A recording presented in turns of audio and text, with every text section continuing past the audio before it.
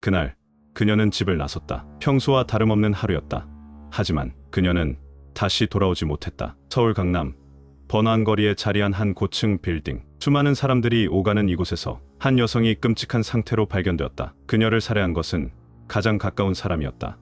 연인, 교제 53일 만에 혼인신고까지 했던 남자. 그들의 사랑은 잔혹한 살인이 되어 끝났다. 그리고 지금 우리는 질문을 던져야 한다. 사랑은 언제든 가장 위험한 올가미가 될 수 있다. 당신은 그 신호를 알아챌 수 있는가? 강남역 의대생 살인 사건. 숨겨진 73일의 진실을 파헤친다. 수진 씨는 원래 밝고 독립적인 사람이었다. 늘 스스로의 길을 개척하며 꿈을 향해 나아갔다. 우리 딸은 원래 술을 입에도 대지 않았어요. 그런데 그 남자를 만난 뒤로 변하기 시작했어요. 처음에는 사소한 것들이었다. 전화하는 시간이 줄었고 가족과의 대화가 단답형이 되었다. 이전에는 사소한 일도 엄마와 상의하던 딸이었는데 어느 순간부터 모든 걸 혼자 결정하기 시작했다. 아니, 정확히 말하면 그 남자의 말대로 움직이기 시작했다. 유학 가면 다른 남자 만날 거야? 만약 그런 일이 생기면 난 널 가만두지 않을 거야. 그녀는 웃으며 넘겼다. 농담이려니 했다. 하지만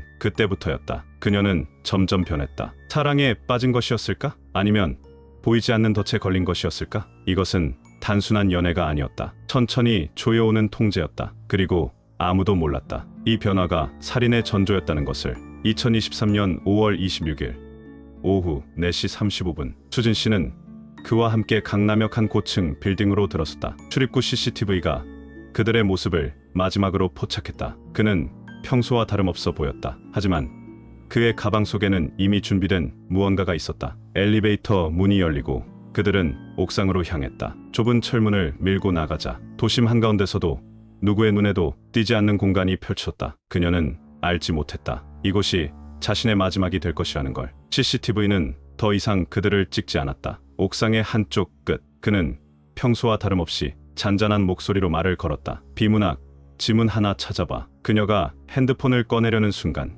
그는 조용히 가방을 열었다. 그리고 날이 선 흉기가 그의 손에 쥐어졌다. 눈 깜짝할 사이였다. 첫 번째 공격. 차가운 날이 피부를 뚫고 들어왔다. 뜨거운 통증과 함께 피가 터져나왔다. 그녀는 본능적으로 저항했다. 하지만 다음 순간 목과 얼굴을 향해 연속적인 공격이 쏟아졌다. 피가 바닥을 적셨다. 몸이 점점 힘을 잃어갔다. 그러나 그는 멈추지 않았다. 마지막 한 번, 그리고 또 한 번. 그녀가 숨을 거둔 뒤에도 칼을 내려놓지 않았다. 그녀의 목을 향해, 이미 맥박이 멈춘 그 몸을 향해 흉기는 계속해서 내려졌다. 처음 그는 다정했다. 너무나도 다정해서 그녀는 그를 믿을 수밖에 없었다. 넌 내가 없으면 안 돼. 나는 내가 없으면 죽을 거야. 그녀는 그것이 사랑의 증거라고 생각했다.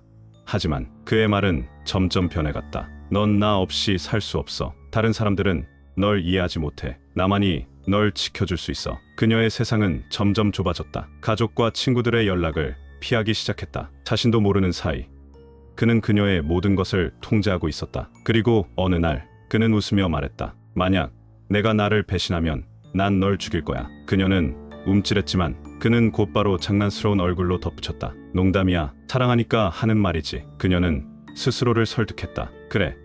그는 나를 너무 사랑해서 그러는 거야. 그냥 나를 잃을까 봐 불안한 거겠지. 하지만 그것이 올감이라는 사실을 그녀는 알지 못했다. 범죄 심리학자들은 말한다. 가스라이팅은 한순간에 이루어지지 않는다. 천천히 서서히 진행된다. 처음에는 사소한 통제에서 시작된다. 누구를 만나는지, 무엇을 하는지, 어떤 옷을 입는지, 점점 그의 허락 없이는 아무것도 할 수 없게 된다. 그리고 어느 순간 그녀는 더 이상 자신의 생각을 믿지 않게 된다. 내가 너무 예민한 걸까? 그가 화낼 만한 일이었을지도 몰라. 그렇게 그녀는 점점 그의 세계에 갇혀갔다. 그는 그녀를 사랑한 것이 아니었다. 그는 그녀를 소유하려 했던 것이다. 그리고 그 소유욕이 결국 그녀를 죽음으로 몰아넣었다. 정의는 어디에 있는가? 그는 말했다. 나는 그녀를 사랑했다. 그러나 사랑했다는 남자는 그녀가 숨을 거둔 후에도 칼을 내려놓지 않았다. 그렇다면 법은 그에게 어떤 판결을 내렸을까? 검찰은 그에게 무기징역을 구형했다. 그러나 법원의 최종 판결은 징역 26년, 단 26년. 그리고 가장 충격적인 사실, 그의 사체 훼손 혐의는 기소조차 되지 않았다. 왜? 그는 이렇게 말했다. 이미 사망한 상태였습니다. 그러나 법의학자들은 단호하게 말한다. 사망한 후에도 공격이 계속되었다면 이는 살인의 일부로 봐야 한다. 그렇다면 다시 묻겠다. 사망한 피해자를 향한 잔혹한 공격이 단순한 우발적 살인인가? 아니면 처음부터 계획된 범죄인가? 더 충격적인 건 가해자의 가족이었다. 사건 당일 경찰서에서 수진 씨의 부모는 한 중년 부부와 마주쳤다. 그 남자는 가만히 서서 전화기를 만지작거리고 있었다. 고개를 푹 숙인 채 어딘가로 전화를 걸고 있었다.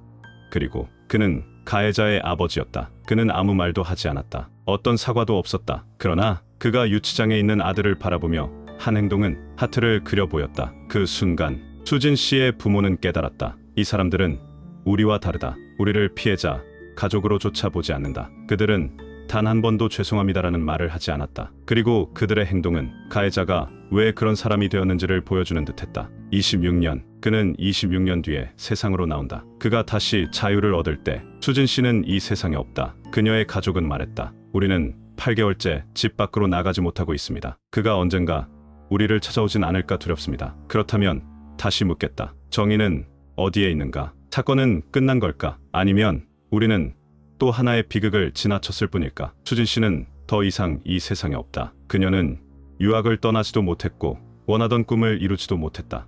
하지만 그녀를 죽인 남자는 26년 뒤에 세상으로 나온다. 그리고 우리는 안다. 26년은 결코 긴 시간이 아니라는 것을. 가스라이팅, 그리고 우리 주변의 위험 신호. 이 사건은 단순한 연인 간의 비극이 아니다. 이 사건은 왜곡된 사랑이 어떻게 폭력이 되는가를 보여준다. 그리고 중요한 건 이런 일이 지금도 일어나고 있다는 것이다. 혹시 당신도 이런 말을 들어본 적 있는가? 넌 내가 없으면 안 돼. 다 너를 위해서 그러는 거야. 네, 주변 사람들은 다 필요 없어. 나만 믿어. 그렇다면 그 관계를 다시 한번 돌아봐야 한다. 사랑이라는 이름으로 당신을 통제하려는 사람이 있다면 그건 사랑이 아니다. 그건 위험 신호다. 이 사건을 보고 여러분은 어떻게 생각하는가? 징역 26년. 이 형량이 과연 적절한가? 가해자의 부모는 왜 사과하지 않았을까? 우리는 이런 사건을 막기 위해 무엇을 할 수 있을까? 이 사건을 기억하는 것만으로도 또 다른 비극을 막을 수 있다. 여러분의 생각을 댓글로 남겨달라. 그리고 절대 잊지 말아야 한다. 이 이야기는 끝난 것이 아니다. 어쩌면 지금도 누군가가 같은 상황에 놓여 있을지 모른다.